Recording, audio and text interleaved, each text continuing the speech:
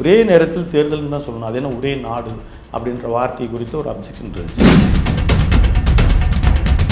15 இடங்களில் குறிப்பாக கான்ஸ்டியூஷனை சேஞ்ச் பண்ணக்கூடிய இந்த விஷயத்துக்கு ராஜ்யசபாவில் அவங்க நிறைவேற்றம் செய்வதற்கு ரொம்ப கஷ்டம்தான்.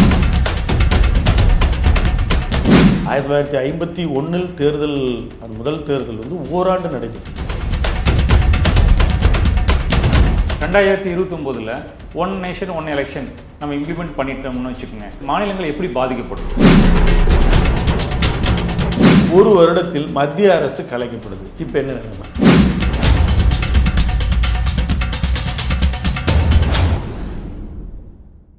தமிழகம் டிவி நேயர்களுக்கு வணக்கம். இன்றைக்கி நமக்கு எடுத்துக்கொண்ட தலைப்பு ஒன் நேஷன் ஒன் எலெக்ஷன். அது பற்றி பேச, தன்னுடைய கருத்துக்களை சொல்ல நம்மோடு தமிழகம் டிவியின் எடிட்டர் திரு விஜயராகவன் அவர்கள் நம்மோடு வந்துள்ளார். அது பற்றி பேசுவோம். வணக்கம் விஜயராகவன். வணக்கம், நல்லசாமி, சொல்லுங்கள். ஒன் நேஷன் ஒன் எலெக்ஷன் அது பற்றி ஒரு 2023 செப்டம்பரில் ஒரு குழு அமைக்கப்பட்டது. அந்த குழுவில் நம் முன்னாள் ஜனாதிபதி ராம்நாத் கோவிந்த் வந்து தலைமையேற்றார். அதில் அமித்ஷா, குலாம் நபி ஆசாத் இவர்கள்லாம் இது மாதிரி முக்கிய உறுப்பினர்கள்லாம் அதில் உறுப்பினர்களாக இருந்தாங்க. ஒரு அறிக்கையை நம்ம இந்திய கவர்மெண்ட்டுக்கு தாக்கல் செஞ்சுருக்கிறாங்க. அது ஒரே நாளில் ஏற்றுக்கொள்ளப்பட்டு அது இம்ப்ளிமெண்டேஷன் பண்ணுறதுக்கு அனுப்பிச்சிருக்காங்க. அது அந்த ஒன் நேஷன் ஒன் எலெக்ஷன் அது பற்றி எப்போ இருந்து இந்த கருத்து வந்தது? அதாவது இந்த ஒன் நேஷன் ஒன் எலெக்ஷன்ற இந்த ஒரு கருத்தியல் வந்து 1983 இந்திரா காந்தி பிரைம் மினிஸ்டராக இருக்கும் பொழுது அது வந்து இந்த கருத்து இருந்துச்சு. ஏன்னா நீங்கள் 1951 எலெக்ஷனில் இருந்து சுதந்திர இந்தியாவுக்கு பிறகு குடியரசு நாடாக ஆன பிறகு நமக்கு 4 தேர்தல்கள் இந்த பாராளுமன்றம் அதை ஒட்டி இருக்கக்கூடிய சட்டமன்றத்திற்கு சேர்ந்து தான் தேர்தல் நடைபெற்றது. அதற்கு பிறகு வந்து 1971 முன்கூட்டியே பாராளுமன்றத்திற்கு தேர்தல் வருது. அது இங்கே இருக்கிற திமுக அரசு கூட அவங்களும் ஒரு 1 இயர் பாக்கி இருக்கும் பொழுதே கூட அவங்க அந்த பாராளுமன்ற தேர்தலை ஒட்டியே கலந்துட்டாங்க. அதற்கு பிறகு நிறைய தேர்தல்கள் முன்னுக்கு பின் வந்து இன்றைக்கி வந்து அது 96 பார்த்திங்கன்னா 96 பார்லிமெண்ட் எலெக்ஷன், 98 நடக்குது, 99 நடக்குது. இது மாதிரி தொடர்ந்து 2 வருடம் 3 வருடங்களுக்கு நடக்கும் பொழுது அந்த காலகட்டத்தில் தான் 99 திரு வாஜ்பாயினுடைய தலைமையில் அவங்க வந்து ஆட்சி அமைக்கிறாங்க. அப்போ தான் வந்து இதுக்கான ஒரு பாராளுமன்ற நிலைக்குழுவில் தான் இந்த அறிக்கையை வந்து நம்ம ஏன் ஒரே நாடு ஒரே தேர்தலை நாம் அமைக்கக்கூடாது அப்படின்னு ஒரு பேச்சு இருந்தது. அப்போ கூட பெரிய ஒரு விவாதம் இருந்தது. முதல்ல ஒரே நேரத்தில் தேர்தல்னு தான் சொல்லணும். அது என்ன ஒரே நாடு அப்படின்ற வார்த்தை குறித்து ஒரு அப்ஜெக்ஷன் இருந்துச்சு. ஒரே நேரத்தில் எலெக்ஷன் கண்டக்ட் பண்ணலான்னு அன்னைக்கு வந்து காங்கிரஸினுடைய எம்பியாக இருந்த சுதர்சனன் ஆட்சி, அப்போ நீங்கள் சிவகங்கையிலேருந்து எலெக்ட் ஆகி போனவர் தான், அவர் தலைமையில் தான் ஒரு கமிட்டி வச்சாங்க. அவங்க இன்றைக்கி இருக்கிற மாதிரி ஒரு ரூம்குள்ளெல்லாம் உட்காந்து அவங்க ஆராயில் அவங்க இந்தியா முழுவதும் பயணப்பட்டாங்க. அவங்க காஷ்மீர்லேருந்து ஆரம்பித்து அஸ்ஸாமில் எல்லாருடைய ஸ்டேட்டும் பெரும்பாலும் பயணம் செஞ்சு மாநில அரசனுடைய கருத்துக்களை ரொம்ப அதிகமாக கேட்டு பெற்றாங்க. அப்படி இப்போவும் கேட்டு பெற்றாங்க. மாநில அங்கீகரிக்கப்பட்ட கட்சியினுடைய கருத்துக்களை கேட்டு பெற்று தான் ராம்நாத் கோவிந்த் தலைமையிலான குழு அறிக்கையை சமர்ப்பித்திருக்கு. இந்த குழு இதுக்கு அறிக்கைக்கும் அந்த அறிக்கைக்கும் ஒரு நிறைய வேறுபாடுகள் இருக்குது. இவங்க வந்து ஒரே நேரத்தில் தேர்தல் அப்படின்றத முடித்த ஒரு 100 நாட்களுக்குள்ளேயே உள்ளாட்சி தேர்தலையும் நடத்தி முடிச்சிடணும் அப்படின்றத சொல்லியிருக்காங்க. அதுக்கான செயலாற்று குழு அப்படின்னு வந்து ஃபஸ்ட்டு வடிவமாக நிறைவேற்றுவதற்கான முதல் கட்ட பணியை தொடங்கிட்டாங்க. இன்றைய சூழ்நிலையில் மத்திய அரசு இந்த ஒன் நேஷன் ஒன் எலெக்ஷனை லோக்சபாவிலையும் ராஜ்யசபாவிலையும் இந்த ப்ரொப்போசல்ஸை நிறைவேற்ற முடியும்னு நினைக்கிறீங்களா? அது ரொம்ப கஷ்டமான பணி தான். எப்படின்னு எடுத்துட்டிங்கன்னா லோக்சபாவில் 272க்கு 240 இடங்களை பெற்று கூட்டணி அரசினுடைய ஒரு தயவில் தான் அவங்களுடைய ஆட்சி நடந்துகிட்ருக்குது. அது வந்து ஸ்திரத்தன்மையை தான் நோக்கி போகணுன்னு தான் எல்லா அரசியல் நோக்கங்கள் கருதுகிறாங்க. ஆனால் அவங்க மேக்ஸிமம் பில் இம்ப்ளிமெண்டேஷன் பண்ணுறதுக்கு ராஜ்யசபாவிலேயே அவர்களுடைய கூட்டணி கட்சிகளினுடைய தயவில் தான் பெரும்பாலும் மேலவையில் அவங்களுடைய பில்ஸ் நிறைவேற்றுவதற்கு அவங்க வேறு வழி இல்லாமல் அவங்களுடைய சார்ந்து தான் இருக்கிறாங்க. ஆனால் அதற்கே இந்த மாதிரி ஒரு சாதாரண ஃபினான்ஷியல் பில்லுலேருந்து முக்கியமான பில்லெல்லாம் கொண்டு வரும்போது அதற்கே கூட்டணி கட்சியின் தயவு தேவைப்படும் பொழுது இந்த மாதிரியான கான்ஸ்டியூஷனை சேஞ்ச் பண்ணணும், 15 இடங்களில் குறிப்பாக கான்ஸ்டியூஷனை சேஞ்ச் பண்ணக்கூடிய இந்த விஷயத்துக்கு ராஜ்யசபாவில் அவங்க நிறைவேற்றம் செய்வதற்கு ரொம்ப கஷ்டம்தான். அதனால் எதிர்கட்சிகளிடையே ஒரு ஒருமித்த கருத்தை ஏற்படுத்துறதுக்கு ரொம்ப பிரயத்தனம் பண்ணிட்டு தான் இருக்கிறாங்க. இப்போ ஒன் நேஷன் ஒன் எலெக்ஷன் அப்படின்ற இது பேசுகிறப்போ மிக முக்கியமாக வைக்கிற கருத்து என்னென்னா, இதில் பெரும் பங்கு நிதி மிச்சப்படுத்தப்படும், செலவு குறைக்கப்படும் இது சரியா? நிதி வந்து ஒவ்வொரு ஆண்டுமே கூடுதலாக 14-15% ஆகிட்டு இருந்துச்சு எலெக்ஷன்ஸ் எக்ஸ்பென்சஸ். அது இந்த முறை எக்ஸ்பெண்டிச்சரை நீங்கள் அதனுடைய லிஸ்ட்டை போய் நீங்கள் இணையதளத்தில் பார்த்தீங்கன்னா அதில் 1,37,000 கோடி எலெக்ஷன் செலவு ஆகிருக்கிறதா சொல்கிறாங்க. இதில் வந்து 3-4 மாநில தேர்தல், குறிப்பாக ஆந்திரா தெலுங்கானாவுடைய தேர்தல் இணைந்து நடந்தது. இந்த செலவு வந்து பெரும்பாலும் வந்து மத்திய அரசு மாநில அரசு பகிர்ந்துக்கிறாங்க. நீங்கள் செலவு மட்டும் அவங்க வந்து செலவுன்றது முக்கியமான காரணி தான். ஆனால் அந்த செலவு அப்படின்றது அவங்க எந்தெந்த வகையில் அப்படின்னா அவங்க கட்சிகள் செலவு பண்ணுவதும் அதிகமாகுது. நாங்கள் வந்து ஒரே நேரத்தில் பல முறைகளில் தேர்தல்களில் நாங்கள் பங்கேற்பு செய்யும் பொழுது எங்களுக்கு தொடர்ந்து கட்சி வந்து இந்த நிதி ஆதாரத்தோடையே நாங்கள் வந்து இருக்க வேண்டியதாக இருக்குது. எலெக்ஷன் கான்சன்ட்ரேட்லேயே இருக்க வேண்டியதாக இருக்குது. கேண்டிடேட்டுக்கு செலவு பண்ண வேண்டியதாக இருக்குது. இதுதான் அவங்களுடைய பிரதானமான பிரச்சனை. ரெண்டாவது வந்து அவங்க வந்து கவர்மெண்ட் ஆஃப் இந்தியா செலவு பண்ணுறத தான் அவங்க முன்னால் சொன்னாலும் இவங்களும் அதிகப்படியாக செலவு பண்ண வேண்டியதாக இருக்குது அப்படின்றது முக்கியமான காரணம் தான். ஆனால் அதையெல்லாம் நம்ம பொருட்படுத்த முடியாது. ஜனநாயகத்தை வந்து நம்ம நிலைநிறுத்துவதற்கும் நம்ம நாட்டினுடைய குடியரசினுடைய ஒரு தத்துவார்த்த ஒரு தனித்துவத்தை பிற நாடுகளுக்கு நம்ம சொல்லணும்னா நம்மளுடைய வருமானம் அதிகமாக இருக்குது, ஒவ்வொரு மாநிலமும் இதுக்கு பங்கேற்குது அப்படின்ற வகையில் இந்த செலவை நாம் செய்து தான் ஆகணும். இன்னொரு வாதம் என்னென்னா, இந்த திட்டங்களை வந்து நிறைவேற்றுறதுக்கு போதிய டைம் கிடைக்கிறதில்ல.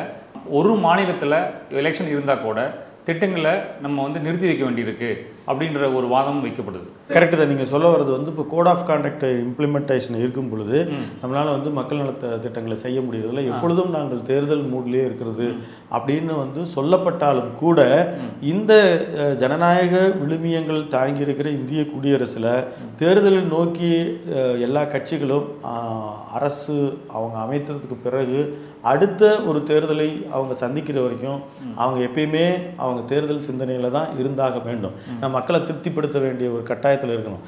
இந்த நேரத்தில் நாம் இந்த ஸ்கீமை நம்ம கொண்டு வந்துட்டா ஒருவேளை இந்த மாநில இடைத்தேர்தலில் நமக்கு ஓட்டு அடி வாங்கும் அப்படின்றது இன்றைக்கி இருக்கக்கூடிய பெரும்பான்மையான அரசியல் ஆய்வாளர்கள் பகுப்பாளர்கள் வந்து இருக்கட்டும் தான் சொல்கிறாங்க. அப்போவாவது ஒரு ஆளுகின்ற அரசுக்கு வந்து ஒரு கடிவாளம் இருக்கும், அவங்களுக்கு ஒரு அச்சம் இருக்கும். நாம் தடாலடியாக எதை வேணாலும் ஒரு ஜனநாயகத்தில் தூக்கி போட்டு செஞ்சிட முடியாது. அந்த எண்ணம் அவர்களுக்கு வந்து இருக்கிறதுக்கு இந்த மாதிரியான ஒரு கோட் ஆஃப் கான்டக்டில் வந்து பெரிய ப்ராஜெக்ட் எப்பயுமே நிற்கிறது இல்லை.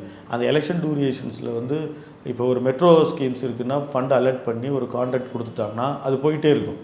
நீங்கள் கோட் ஆஃப் கான்டாக்ட் இம்ப்ளிமெண்ட் ஆகும் பொழுது புதிய ஒரு மக்களுக்கான சலுகைகளை நீங்கள் செய்ய முடியாது, அவ்வளோதான். மற்றபடி ஏற்கனவே ஒரு ப்ராஜெக்ட் சைன் பண்ணி நீங்கள் கொடுத்துருந்தா அதுக்கு ஃபண்ட் அலோகேஷன் பண்ணியிருந்தா அது ஒருபோதும் நிற்க போகிறது கிடையாது. இதெல்லாம் வந்து அவங்க சொல்லக்கூடிய ஒரு சாக்கு. இப்போது மேலே திரு டிஎன் சேஷன் இருந்தப்போ இந்தியா முழுதும் ஒரே டைமில் எலெக்ஷன் நடத்தி காமிச்சார். இப்போ அதை தான் இப்போ செய்ய போகிறதா இல்லை? இப்போவுமே நமக்கு இந்தியா முழுவதும் பார்லிமெண்ட் எலெக்ஷனை ஒரே நேரத்தில் தான் செய்கிறோம். அது கட்டங்கள் 4, 5, 6 கூட இருக்கலாம். ஆனால் ஒரே நேரத்தில் தான் எலெக்ஷன் ஒரே கட்டமாகவே டிஎன் சேஷன் நடத்தினார். ஸோ அது சாத்தியம் நினைக்கிறீங்களா மறுபடியும்? இல்லை, ஒரே நேரத்தில், அதாவது ஒரே நாளில் காத்தாலேருந்து சாயந்தரத்துக்குள்ளே எலெக்ஷன் வந்து நடத்தி முடிச்சிடணுன்றது பெரிய சாதனை கிடையாது. அது எவ்வளோ தூரம் பீஸ்ஃபுல்லாக நடத்த முடியும், எவ்வளோ தூரம் அதை வந்து ஒரு செக்யூராக அதை நடத்தி காட்ட முடியும் அப்படின்றதுல இன்றைக்கி நிறைய சேலஞ்சஸ் இருக்குது. ஏன்னா நமக்கு இருக்கக்கூடிய ரிசோர்ஸ் எலெக்ஷன் கமிஷன்ஸுக்குன்னு தனி எம்ப்ளாயிஸ்லாம் கிடையாது. மாநில அரசில் இருக்கக்கூடிய மத்திய அரசில் இருக்கக்கூடிய பணியாளர்களில் பெரும்பாலும் அந்தந்த மாநிலத்தில் இருக்கக்கூடிய பணியாளர்களை எடுத்து தான் அவங்க வந்து எலெக்ஷன் பண்ணுறாங்க. இதுக்காக தான் அவர் வந்து ஒரு ட்ரிப்பு டிஎன் சேஷனுக்கு வந்து மகசேஸ் அவார்டு கூட கொடுத்தாங்க. அந்த எலெக்ஷனை என்ன எலெக்ஷன் கமிஷனில் எம்ப்ளாயீஸு அவங்க ஃபஸ்ட்டு கேட்ட கொஷின்ஸ் என்னென்னா ஒரு 5000-10,000 பேர் இருப்பாங்களா அப்படின்னு கேட்டபோது அவர் வந்து ஒரு 50 பேர் தான் இருக்கிறோம் நாங்கள் அப்படின்னு சொன்னபோது அவங்களுக்கு பெரிய வியப்பாச்சு. இது நாங்கள் அங்கே இருக்கக்கூடிய தேர்தல் நம்ம கான்ஸ்டியூஷன் பாடியில் எலெக்ஷன் டிக்ளேர் ஆகிடுச்சுன்னா, அதுவும் பார்லிமெண்ட் எலெக்ஷன் டிக்ளேர் ஆகிடுச்சுன்னா ஒரு பிரசிடெண்ட்டுக்கு என்ன பவர் இருக்கோ அந்த பவர் வந்து எலெக்ஷன் கமிஷனுக்கு இருக்கும்.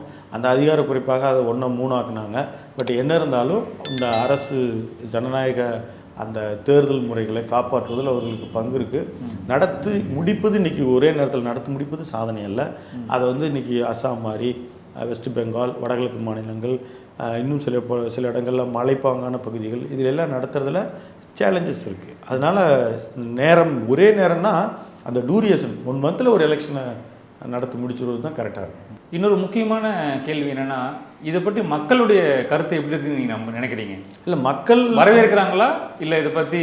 இல்லை, மக்களுக்கு வந்து அந்த பெரிய சிந்தனையெல்லாம் கிடையாது. இதில் வந்து கவலைப்படுவது மக்களுக்காக அரசியல்வாதிகளும் அல்லது வந்து ஊடகங்கள் தான் அது மக்களினுடைய எண்ண ஓட்டங்களை வந்து பிரதிபலிப்பதற்கு சரியாக இருக்கும். அப்போது மக்களுக்கு வந்து அந்த காலகட்டத்திலேயே, அதாவது 1951 தேர்தல், அந்த முதல் தேர்தல் வந்து ஓராண்டு நடைபெற்றது. அந்த ஓராண்டு முழுவதுமே தேர்தல் பணிக்கு வந்து தேர்தல் மத்திய அரசு பணியாளர்கள் எல்லாம் நாடு முழுவதும் போனாங்க. அங்கே இருக்கிற மாநில அரசு பணியாளர்கள்லாம் பணியாற்றினாங்க. அதுதான் 68 கட்டமாக அந்த முதல் தேர்தல் நடந்துச்சு. இப்போது இன்றைக்கி இருக்கிற காலகட்டம், இன்றைக்கி வளர்ந்துருக்கிற எந்திரங்கள், அது இவிஎம் யூட்டிலைஸ் பண்ணுறது, அதில் எதிர்க்கட்சிகள் மாற்று சிந்தனைகள் எப்படி இருந்தாலும் சரி, இன்றைக்கி நம்ம ஒரு குறிப்பிட்ட அளவுக்குள்ளே கொண்டு வந்து நிறுத்துகிறோம். அப்படி நிறுத்த போது கூட அன்றைக்கி வந்து இந்தியாவினுடைய மிகப்பெரிய கட்சியாக இருந்தது இந்திய தேசிய காங்கிரஸ். அதுக்கப்புறம் சோசியலிஸ்ட் பார்ட்டி தான் இருந்துச்சு. அந்த சோசியலிஸ்ட் பார்ட்டி பீகாரில் அதே முதல் தேர்தலில் ஒரு முக்கிய இடத்தை பெறுறாங்க. இங்கே வந்து எடுத்துட்டிங்கன்னா கேரளாவில் வந்து கம்யூனிஸ்ட் கட்சி ஒரு முக்கிய இடத்தை பெறுறாங்க. மிகப்பெரிய அளவில் குஜராத்லேயும் அன்றைக்கி இருந்த பாரதிய சங்கம் சில வாக்கு வங்கிகளை பெறுறாங்க.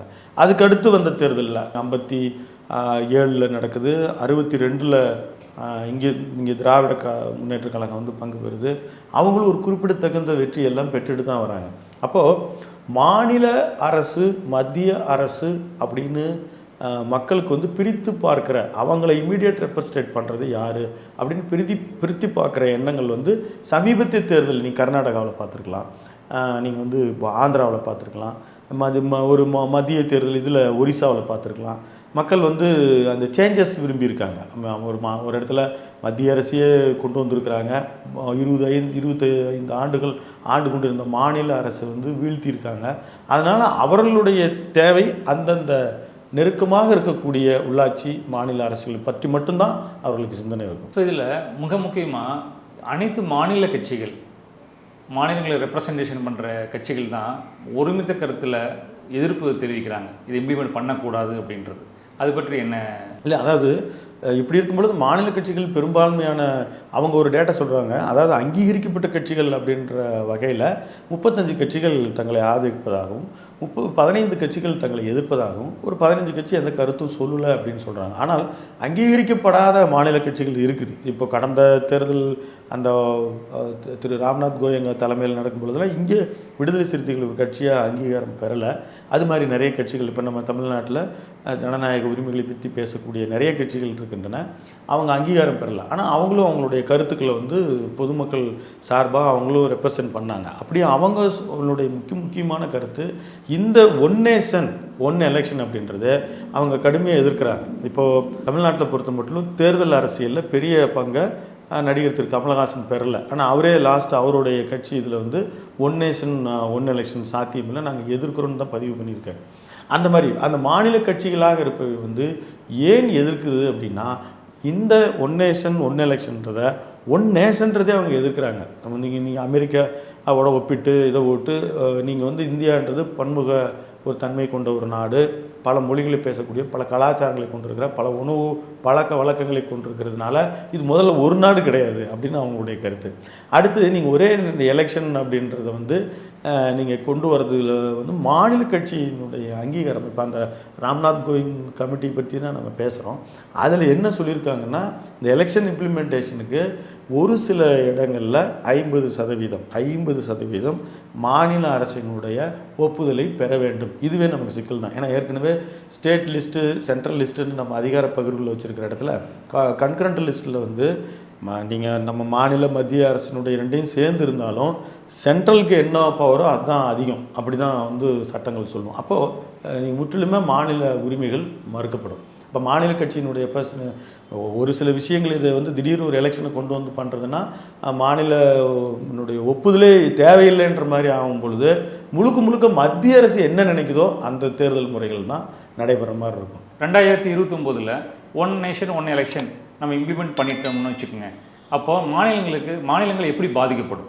இல்லை மாநிலங்களுக்கு இருக்கிற அச்சம் என்னென்னா, இப்போ நமக்கு அடுத்த அசம்பிளி எலெக்ஷன் 2024 நடக்குது.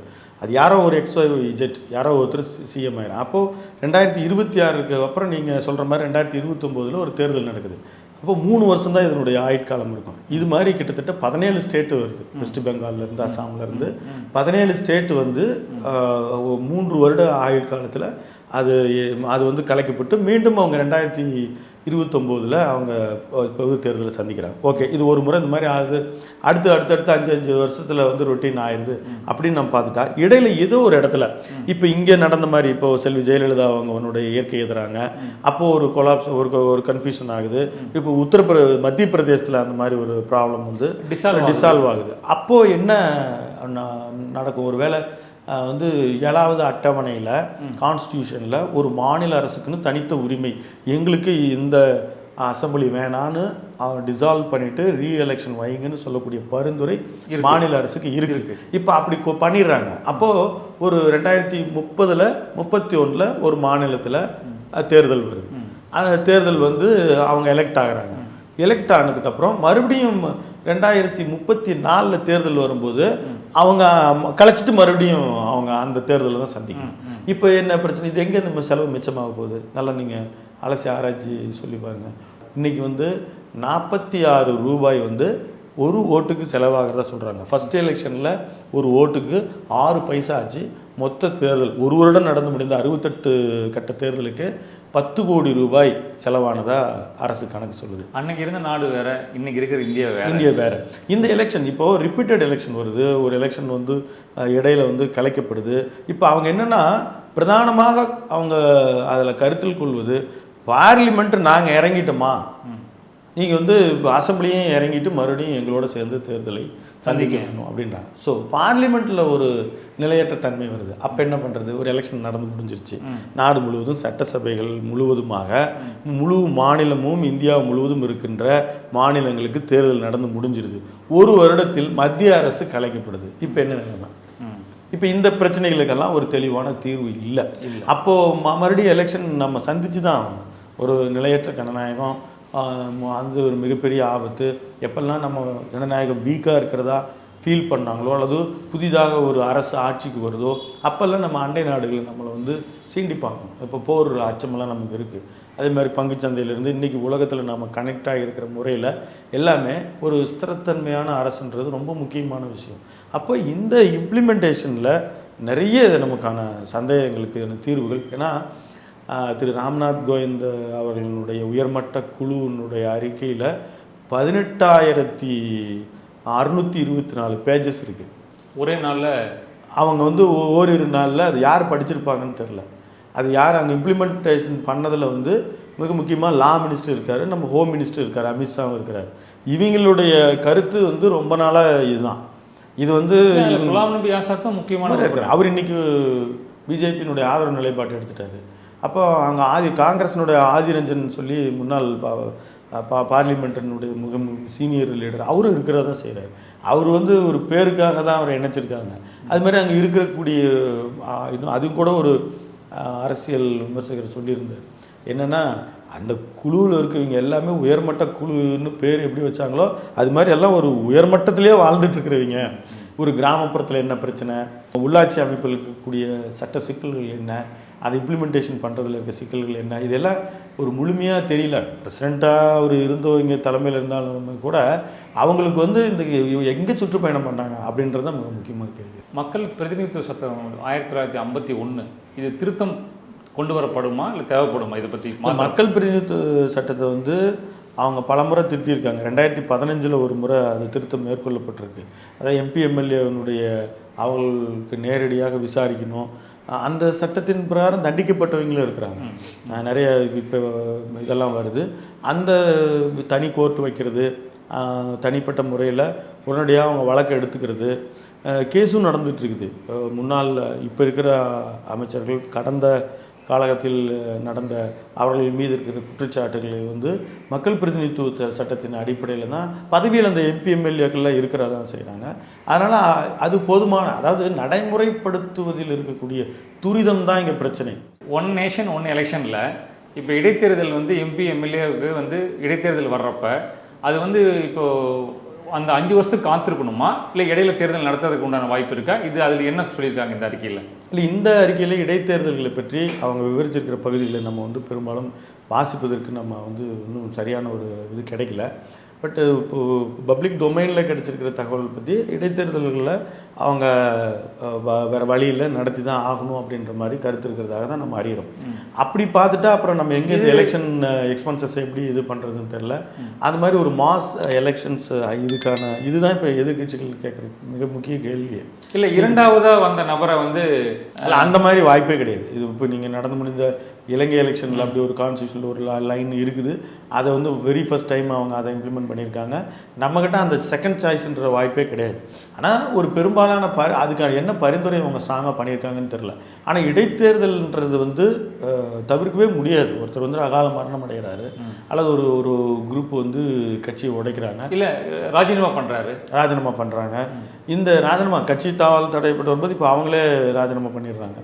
அவங்க வந்து அதற்கு கீழே வந்து சட்ட பறிப்புக்குள்ளாக வேணும் அப்படின்னு நினச்சி இப்போது இங்கே கூட திருமதி விஜயதாரணி வந்து அவங்க கட்சி மாறும் பொழுது அவங்களுடைய தொகுதி எம்எல்ஏ வந்து அவங்க ரிசைன் பண்ணிட்டு போனாங்க. இந்த மாதிரி அவங்க போகும்பொழுது அது கண்டிப்பாக அது தேர்தல்களை வந்து ஃபேஸ் பண்ணி தான் ஆகணும். வேறு வழி இல்லை. நீங்கள் அதுக்கான எக்ஸ்பென்சஸ் மீட் பண்ணி தான் ஆகணும். அப்போ கோட் ஆஃப் கான்டாக்ட் நடைமுறையில் இருக்க தான் செய்யும். அந்த மாதிரி இடைத்தேர்தல்கள் கூட ஏற்கனவே பார்த்திங்கன்னா புதிதாக ஒரு பெரிய மக்கள் நலத்திட்டத்தை அறிவிக்க முடியாது. இல்லை பொறுப்பையாகவே பெரிய திட்டத்தை அறிவிக்க முடியாது. ஏற்கனவே அறிவித்து இதில் வந்து செயல்படுவதில் பிரச்சனை இல்லை. அந்த தொகுதியில் போய் ஒரு நலத்திட்டத்தை துவங்கக்கூடாது. இதுதான் கோட் ஆஃப் கான்டாக்டில் இருக்கிறது. அதனால் இதெல்லாம் ஒரு பெரிய பிரச்சனை இல்லை. நம்ம பார்லிமெண்ட்டு தேர்தல் வந்து 4-5 கட்டமாக தான் நடத்தப்படுது. ஸோ அப்படி 4-5 கட்டமாக நடத்துகிறவங்க எப்படி நீங்கள் ஒரே இதில் நடத்துவீங்க அப்படின்ட்டு பிரதான எதிர்கட்சிகள்லாம் ஒரு கேள்வி எழுப்புகிறாங்க. நானும் அதை படித்தேன். ஒரு முக்கியமான கட்சி அவங்களுடைய கட்சியினுடைய பத்திரிகையிலே ஒரு தலையங்கமாக எழுதியிருந்தாங்க. இந்த இடத்துல வந்து என்ன டிஃபர் ஆகிறோம் அப்படின்னா, அவன் ஒரே நேரத்தில் தேர்தல் நடத்துன்றது எத்தனை கட்டமாக நடத்துன்றது பிரச்சனை இல்லை. அது 10 கட்டமாக நடத்திக்கலாம், அது வந்து 5 கட்டத்தில் நடத்தலாம். ஆனால் அது வந்து ஒரு குறிப்பிட்ட காலக்கெடுவுக்குள் 100 நாட்களுக்குள் ஒட்டுமொத்தமாக எல்லா தேர்தலையும் நடத்திடணும். ஈவன் ஜனாதிபதி தேர்தலிருந்து ஈவன் வந்து உள்ளாட்சி அமைப்புகளில் கூட நடத்திடணும் அப்படின்றது தான் அவங்களுடைய கருத்தே தவிர, ஒரு கட்டத்தில் ஒரே நேரத்தில் நடத்தணும், ஒரே நாளில் நடத்தணும்னு அவங்க எங்கேயுமே அதை சொல்லலை. எலெக்ஷன்ஸ் இயர்ஸ் வந்து இந்த வருஷம் ஒரு 4 சட்டமன்றத்துக்கு நடக்குது, அடுத்த வருஷம் இன்னும் 4 நடக்குது, அடுத்த வருஷம் 4 இருக்குது. இப்படி 5 வருஷ காலகட்டத்திலேயே நாங்கள் தேர்தல் பிரச்சாரத்திலேயே நாங்கள் நேரத்தை செலவு பண்ணுறோம், நிதியை செலவழிக்கிறோம், மக்கள் அதிகாரிகளுக்கான செலவுகள் எல்லாம் கூடிக்கிட்டே போகுது. அதனால் 5 வருஷத்துக்கு ஒரு ட்ரிப் நடத்திக்கலாம் அப்படின்றது தான் அவர்களுடைய நோக்கமே தவிர, அவர்களுடைய கருத்தியலே தவிர, அது கட்டம் எத்தனைன்றதை பற்றி அவங்க வலியுறுத்தணும். ஸோ இப்போ ஒரே நாடு ஒரே தேர்தல்ன்றப்ப இந்த ஸ்டேட்டோடைய இம்பேலன்ஸ் வளர்ச்சி அப்படின்றது ஏதாவது மாற்றம் வரும்னு நினைக்கிறீங்களா? இல்லை, எனக்கு என்னுடைய தனிப்பட்ட அரசியல் நான் வாசிப்பும் வழியாகவும் நடந்த தேர்தல்களை ஆராய்ந்ததன் வழியாகவும், தேர்தல் அப்படின்றது வந்து ஒரு ஆட்சி வரக்கூடிய ஒரு அரசு நிர்வாகத்தை, அரசு எந்திரத்தை எப்படி கொண்டு செல்லுது அப்படின்றத பொறுத்தான இருக்குது தவிர, தேர்தல் அரசியல் அப்படின்னு வரும்பொழுது அதுக்கு ஒரு நிறைய பிரச்சனைகள் ஏற்கனவே நிறைய கமிட்டி எல்லாம் போட்டிருக்காங்க. அதாவது மத்திய மாநில அரசுக்கு உண்டான ஒரு கமிட்டி போட்டு ஆராய்ச்சி பெருசாக இம்ப்ளிமெண்ட் பண்ணவே இல்லை. அதேமாதிரி அரசியல்வாதிகளுக்கும் ஓரா கமிட்டின்னு நினைக்கிறேன், ஓரா கமிட்டியில் அரசியல்வாதிகளுக்கும் கிரிமினலுக்கும் இருக்கக்கூடிய தொடர்புகளை குறித்து ஆராய்ச்சி செஞ்சு அதை தடுத்து நிறுத்தணும் அப்படின்னு ஒரு கமிட்டி வந்து அது இடப்பட்டு அதை ஆராய்வு செய்யப்பட்டு அது முழு பக்கமும் வெளியே வரல. அதில் வந்து மும்பை குண்டுவெடிப்பு தொடர்ச்சியாக தான் அந்த கமிட்டி போட்டாங்க. இது மாதிரி பல விஷயங்கள் அரசியல் சீர்திருத்தங்கள் செய்வதற்கு பல கமிட்டிகள் போடப்பட்டிருக்கின்றன, அதை மேம்படுத்துறதுக்கு. இது வந்து தேர்தலை சீர்திருத்தம் செய்வதற்கு ஆனால் ஒரு உயர்மட்ட குழு.